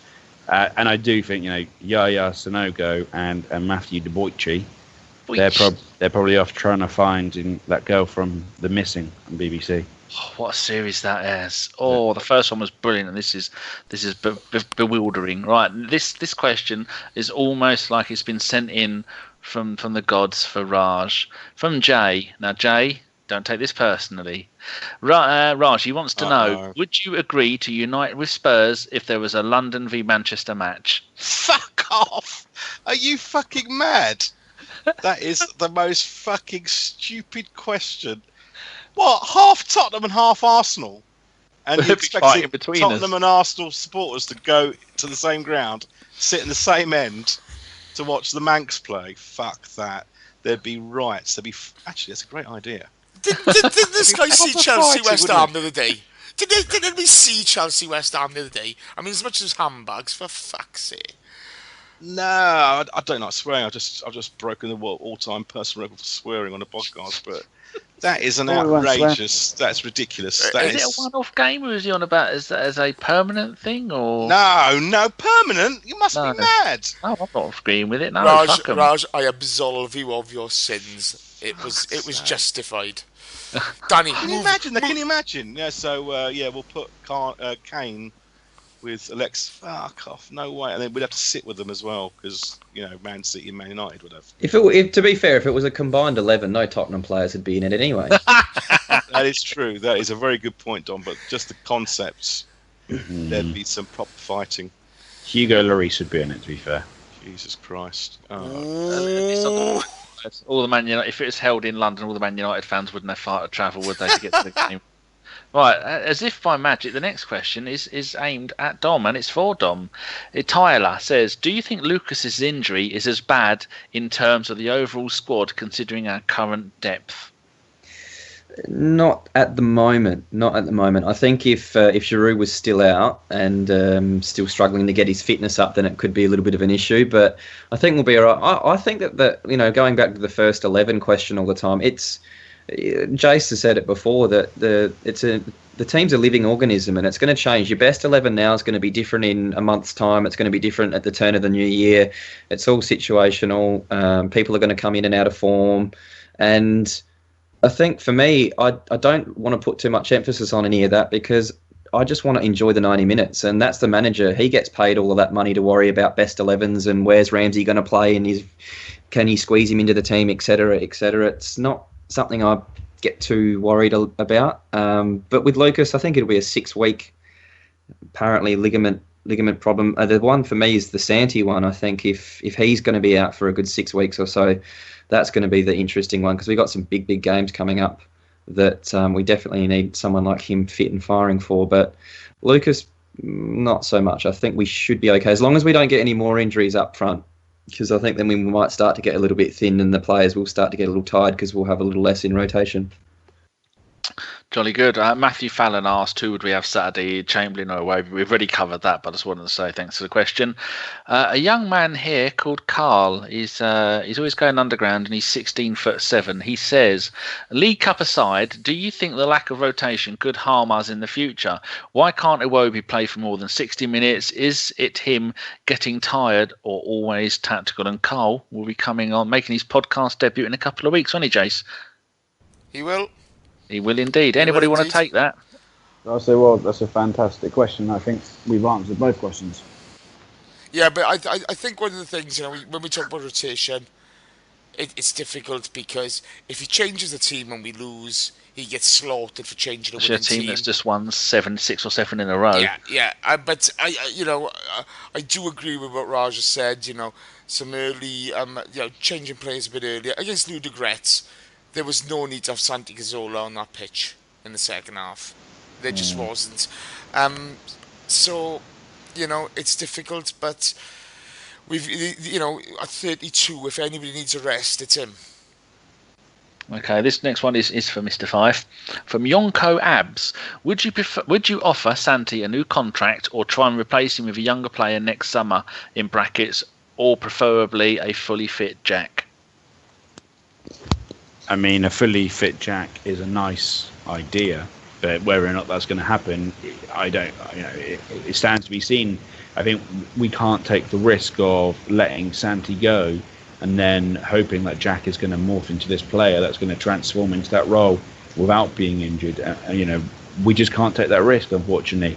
Santi Cazorla is effectively commands a first team place in the team because he offers us something. He has a skill and a capability so different to anything else. We can't risk not replacing that. I think we need to go out and buy someone like an Isco or someone of that ilk who can create the tempo and drive the team forward. And I don't think relying on Wilshere would be prudent or make any sense. There we go. Right, this next question, I think I'm going to give it to. I think Raj can have a tickle on this one, and if anybody wants to jump in, just feel free to do so. From Abbas Galib, he says, we have 9 players with 1 or 2 years left on their contract. Is there a problem with the pound at an all-time low? Personally, I'd renew the contracts of Ramsey, the Ox, Cazorla, Ozil, Alexis, Jenkinson and Gibbs. Raj, have you got any thoughts on that? And if anybody else has, jump in. I'd agree with that list. Add on Bellerin as well. He's going to be hunted down by Barcelona, I will guarantee you, next summer.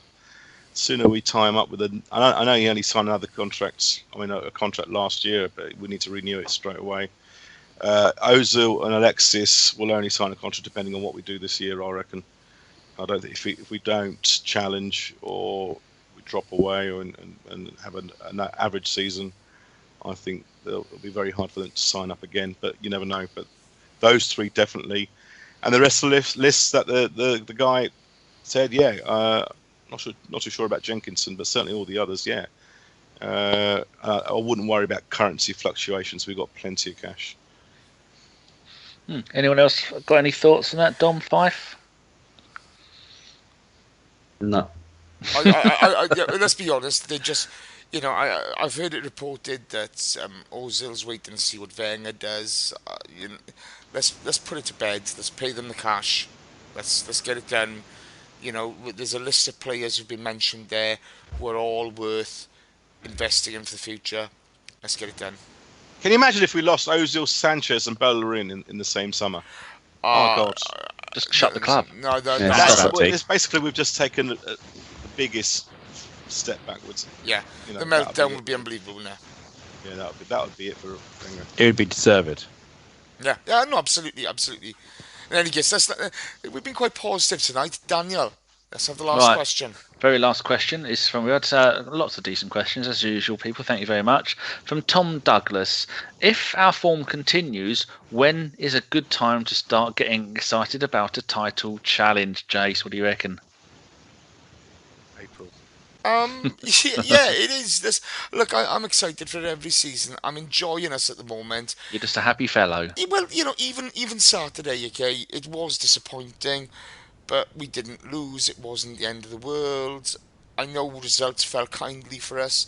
There'll be days when we draw, when results don't go away. But we've got Tottenham, we got Sunderland coming up, Tottenham coming up, Man United coming up. These are games to look forward to. These are the games we want to be playing in. Let's have a go at it. Let's fucking have a pop at it.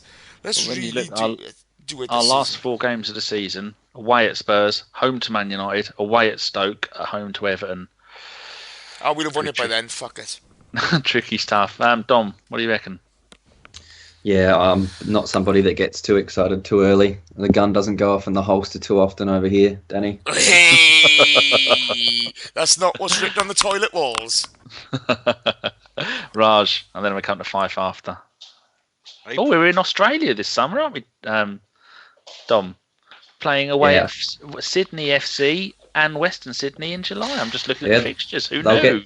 get taught a lesson over there. Don't worry. Here we go.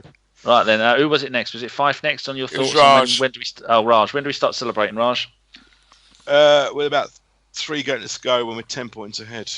Don't start getting excited in November, December, January, February. We know what's happened in the past. Everyone relax. Everyone just keep. It's a roller coaster of a ride. See what happens. But if you start excited, if I see people tweeting on about we've won this and all that, I'm just going to just cunt them off, basically. And that's the Just bottom wait. line. And that's And the word from God. From God's mouth to Raj's You've nostril. just mentioned 4 very difficult games at the end of the season. Yes. All I'm hoping for is that we're 13 points ahead when we start the first of those 4 games, and then I'll be happy. But just stay relaxed and let's see what happens. Finally, Mr. Fife with some no doubt wise words. When we can get excited about winning the league Yeah. next August. As in once it's done. March. If we're starting to look good in March, then that's when we're in let's not get excited that we've won the league, but let's be excited that we're actually in a title running for once, which we haven't been in a very long time. Do you guys want to win the Champions League or the Premier League this year? One or the Premier other, League. not both. Premier League all day long. Fuck the Champions League. Anyone want to win the Champions League over the Premier League? I'd have, No, I Idea, think Premier League. I think Premier League. I'd toss a coin because we haven't won the Champions League. I really desperately want the Champions League, but I couldn't make a choice between them. You have to. You have Raj to. has told you. Just ask you a question. That's the name of the alright, game. Let me get a coin. Oh. Seriously, a Champions League. Which one are you then, Raj? God, Premier League. I think it's been. We just need to make our mark in domestic league. It's not like we have to win it to get in the Champions League anymore, is it? We're going to be in it almost no matter what, with everyone failing. It won't be that long before the top 10 in the Premier League get into the Champions League. Did you answer this, Fife? What? Premier League. Yeah. Is that what you want? Yeah. What did Dom say? Premier League. Good. Not Right, by much, though. Not by much. I would say the time we start to get excited is the 4th of April, TV scheduling allowing for it. At home to West Ham, away to Palace, away to Middlesbrough, at home to Sunderland. That 4 games there will take us up to the 29th of April, which is Spurs away, then Man United at home. So I think at that point there, if we can win all them 4 in a row and then smash the scum at the lane, and Man United will probably be in the relegation zone by then after they've sacked Jose after he spunked another 200 million in the January transfer window. Right, so that's all the questions. All we've got to do now, Jace, is do the predictions for Sunderland and Ludogorets and our shout-outs. Okay, so... But you knew that. Yeah, I knew that because You did. it's... You're a pro. I've been called worse. You certainly have. Okay, so predictions. We're going to go to Raj first. Sunderland first, pal. Then Ludogorets, please. Sunderland 1, Arsenal 1. Oh, what planet are you on? It's not FIFA. Oh, Sunderland? You Couldn't have score in a brothel. Excuse me, who's top of the predictions league? Chris. Hold on, I'll ring him up and see what he says. And I think it's going to Ludogorets. be draw, and I think we will win 2-1 at Ludogorets. I think Ludogorets will play. Hold You know on, what? scorer Ludogorets, for even though we beat them Sunderland. 6-0, even though we beat them 6-0 the other week, they played pretty well that first Yeah. part of the game. They were slick, and I think they'll give us a harder game over there. What's your Sunderland decent. scorer? So, I didn't say Sunderland was going to score first. No, the score for the game. 1-1. Yeah, no, but who's going to First score the score. goal? You've played this before, Oh, Raj. right, Come on. yeah. Okay, it'll be Theo.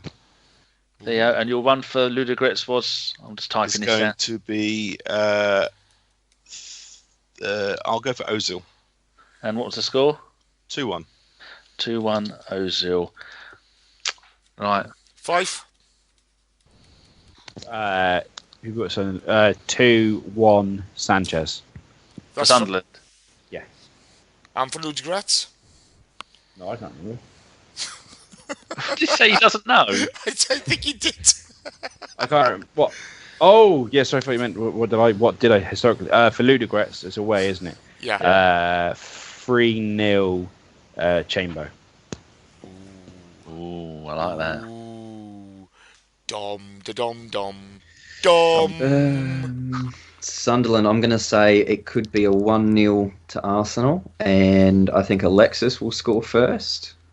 And Ludogorets I reckon Ramsey. I reckon Ramsey's going to score first in a 2-0 victory. Sweet. Danny? Sunderland, we are absolutely going to smash them. I'm going 6-0. And first goal scorer, I'm going to go the Ox again because the boy is on fire. His pants are on fire. Right, and then for Ludogorets, they're no mugs. They're a decent team. They've done well at home. They're romping away in with the Bulgarian league. I think they're first or second. It's going to be a tough game, like everyone has said. So I think we're going to sneak that 1-0. And goal scorer, I'm going to go Koz. I don't know why. I've gone crazy. Look at that. Funny enough. Right, okay, for me, Sunderland, 3-0 to the Arsenal. Mustafi to grab his debut goal as the opener. Ludogorets, No regrets. 4-2 to the Arsenal. And I'm going to go for a cheeky little Theo Walcott opener. That's not fucking cheeky. He scored 9 goals this season. Oh, I can see why you're bottom of the league. Oh, fuck off. Right, okay, in any case. Right, let's go to shout-outs now. You bastard, Daniel. Lucky I love your mum and your daughter. Yes. Raj, any shout-outs for this week? I'm going to stick to my policy of shouting out the last person to follow me. It's at 18, as in the word 18, number 18, _86, at 1886. We apparently sell snide Arsenal gear. So there you go. At 18 _86. Nothing to do with the podcast, by the way. Do you know I was what? going to say something, but you just basically now got yourself into loads of shit there, Danny. Oh, God. I don't think we own them. I've never heard of them. Do you know what? If I shout at the last person who bloody thought it'd be Big Tit 69 or something, yeah, one of those accounts, isn't it? Those are the only people who follow me. I think it was who followed you, not who you followed. Maybe we should have a thing every week with who was the last person to follow you. Maybe. why That's interesting. 5 feet. Any shout-outs? Not really, to be honest. What? I'm not Go on, interacted at least with anyone. give your You're back fine, man. just not. Give FK, a shout. FK will get a shout out. Why'd you he- give FK a shout out? Well, you just told me to give him one. No, just name the person who last followed you. Okay, someone called Wearable Italia. His name more is snide gear. It's the snide gear. GPB, co-founder of the Wearable Italia startup enthusiast business on IoT and wearables, and he's based in Umbria. So presumably he's selling suits, although he's only uploaded one photo. Fuck's sakes. If you want to check him out further, go to edotto.com, edetto.com. Actually, I'll give a shout out to Slivers. He needs one. He's a good boy. He said in no uncertain terms, the best part of today wasn't getting a box for free at Arsenal. It was feeling like I was part of a live pod. Oh, God. By the way, Daniel, I must point out, Yeah. Andrew Fife does not have a butler. He has a man. He has a valet. Okay? Does he? He has a valet to take care of his every needs. I have an itch, boy. Itch me. Something like that. Dom. Shout out to John Welsh's subpar salesman beard, because we haven't mentioned that tonight yet.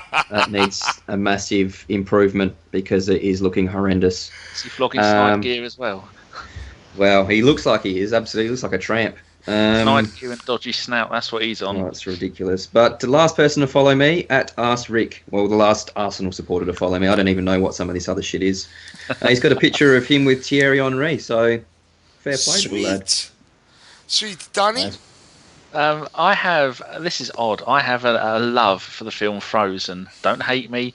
Me and a few other guys, we love it. And I've got it in 3D, and every Christmas me and the offspring watch it. And oddly, the last person to follow me was, I'm Elisa, I am.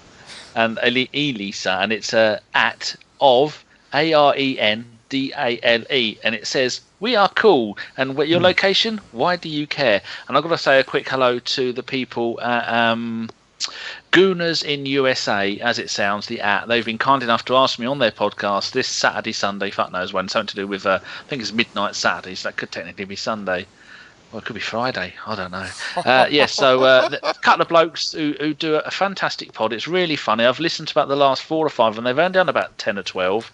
And they're really, really funny. Go and give them a listen to their show. It's much like ours, as in, it doesn't really make much sense, but you'll laugh. Yeah, they're very good to be fair. They are. If we're shouting out people who have followed us, maybe I should give a shout out to Mark Ganella, who gave me a follow this week. Maybe he's listening to this podcast and now he knows I know he's following me, so it's awkward. Jimmy Trader's going to be furious. Have you noticed Jimmy Trader's now getting tired of his act, and he's just putting out normal, serious tweets sometimes, and he goes in and out of his act.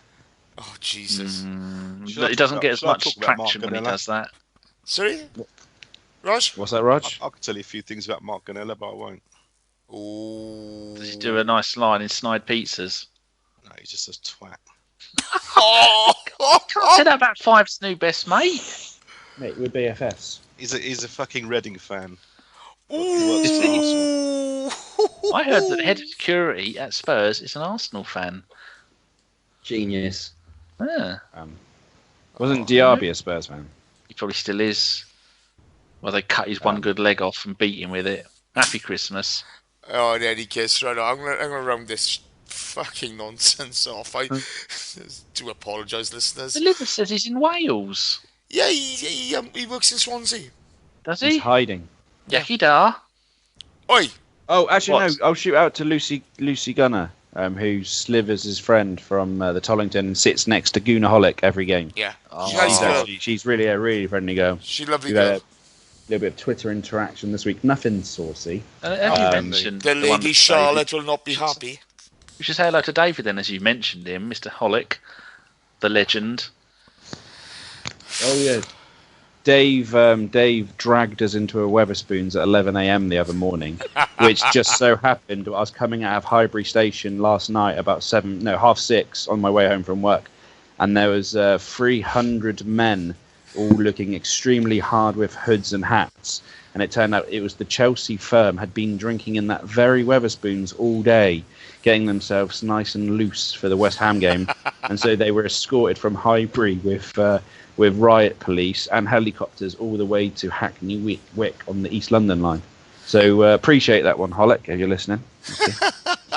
He will be. He always does. I actually took Jeff there as well. Other Jeff, that is, our Canadian Jeff, after the game in the last week against Ludogorets, and we went to the Duchess of York for a few pints with his mate Eric, and then they kicked us out because it was closing time.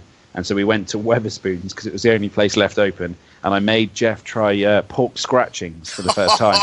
And it literally blew his mind that there was a food type out there which was both soft and crunchy in equal measure at the same time. So he couldn't handle it. He just didn't like it.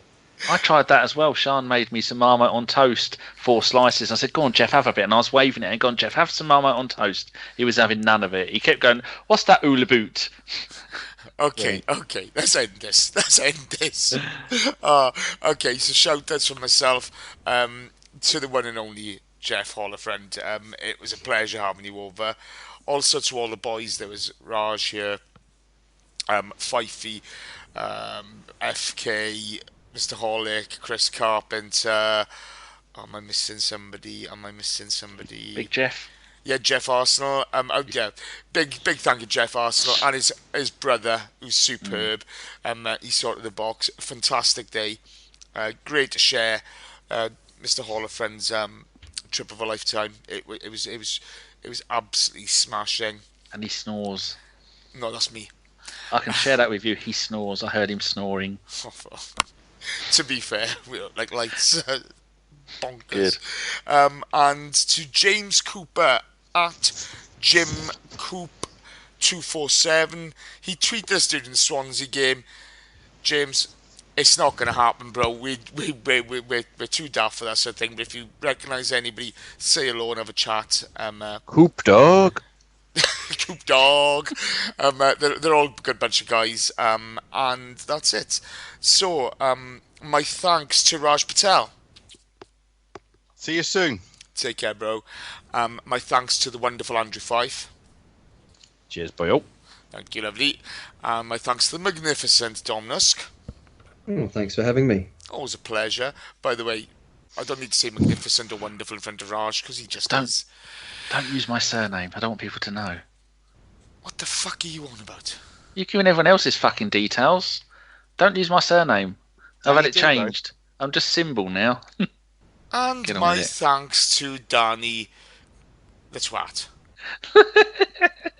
I don't know what's going on. Thank you, Danny. You're And star thank as you usual. to Jason Davis, not Davies. Danny Sugar Bitch. This has been a Bergkamp Wonderland. Thank you ever so much for listening. Take care, good night, and up the Arsenal.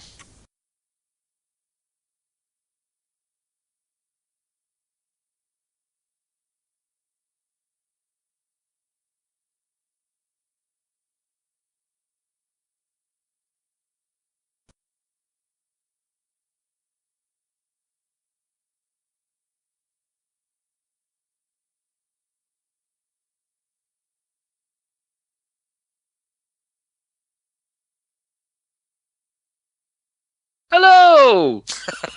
You are massive bellend.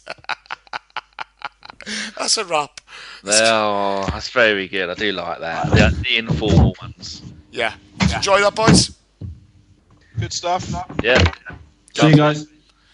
Take care, bro. Safe journey home. Cheers, guys. See you later. Take care. Bye-bye. Stay in touch, Dom. Yeah, we'll do. Just mate. Ta, boys. Wow. He dropped us like a hot turd. Yeah, to be fair, it is 10 o'clock now.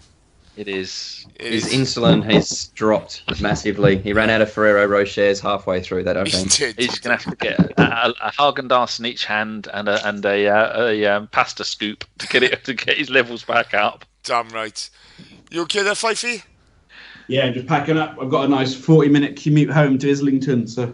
Have a safe journey, bro. Hey, and thank Yeah, you for the sorry other about all day. those issues at the start and with the sound at the start. And No, that's all right. You're worth it. Hold on for me. Fife, you're worth waiting for. You certainly are. And a great piece on the AGM, mate. Well done. Yes. Cheers. Nice to hear from you again, All right. Tom. Yeah, you too, Fifey. I'll be over there to visit one day. Cool. Yeah, see you soon, guys. I will see you in the group, no doubt, shortly. All right, then. Take Cheers. care, bro. Right. He's superb. He's He's just... going to get himself a new set of headphones. I said we'll pay for them, but he says no, he'll get them. He's a fucking multi-millionaire. Right. Music for tonight's podcast. Oh, you've got 30 seconds to make your mind. I'm calling this something simple tonight. I've called it Middlesbrough, Reading, and the AGM. What are shits and giggles? What? Just call it shits and giggles. No. No shits. There was no shits and very little giggles. Wasn't there? I'm on caffeine-free coffee because it gets normal caffeine. I thought we had coffee. a laugh. We did, yes. It was very good. I really liked it. That's why I said I really like the ones where it's unstructured. Okay, you got a choice of Next to Me, Emily Sunday. Where's that come from? I don't know. I'm just looking at some music here. Oh. Are you going back to work today, Dom? No, I might be off to go and pick up a laptop. Ooh. All right, a new one. Yeah. Why? Well, because I want a new one. What are you, my dad? Yes, I am. Get to your room, you little shit. You're I'm in my adopted. room. Ah, well, shut up then. I've got a laptop for sale if you want it. 1 terabyte. Lovely bit of kit. No. Are you looking at me, Betty? Are you... I tell you what, let's have Hey Ho, Betty? Ho Hey by the Lumineers. Ho, hey. By the Lumineers. Just something a bit bit. fun. I'll probably have a listen. It's only 2 minutes long. Yeah, it's not long. 2:41. Oh, I like this. Yeah, it's good, isn't it? Oh, you little star, you. That's why we leave you to with the music. I'm not being funny. I'm good with selecting the music. There's not enough Rage Against the Machine for my liking, though, Jace. Okay, we'll go next week on the Rage Against the Yeah, Machine. fuck. Um, People will be killing themselves.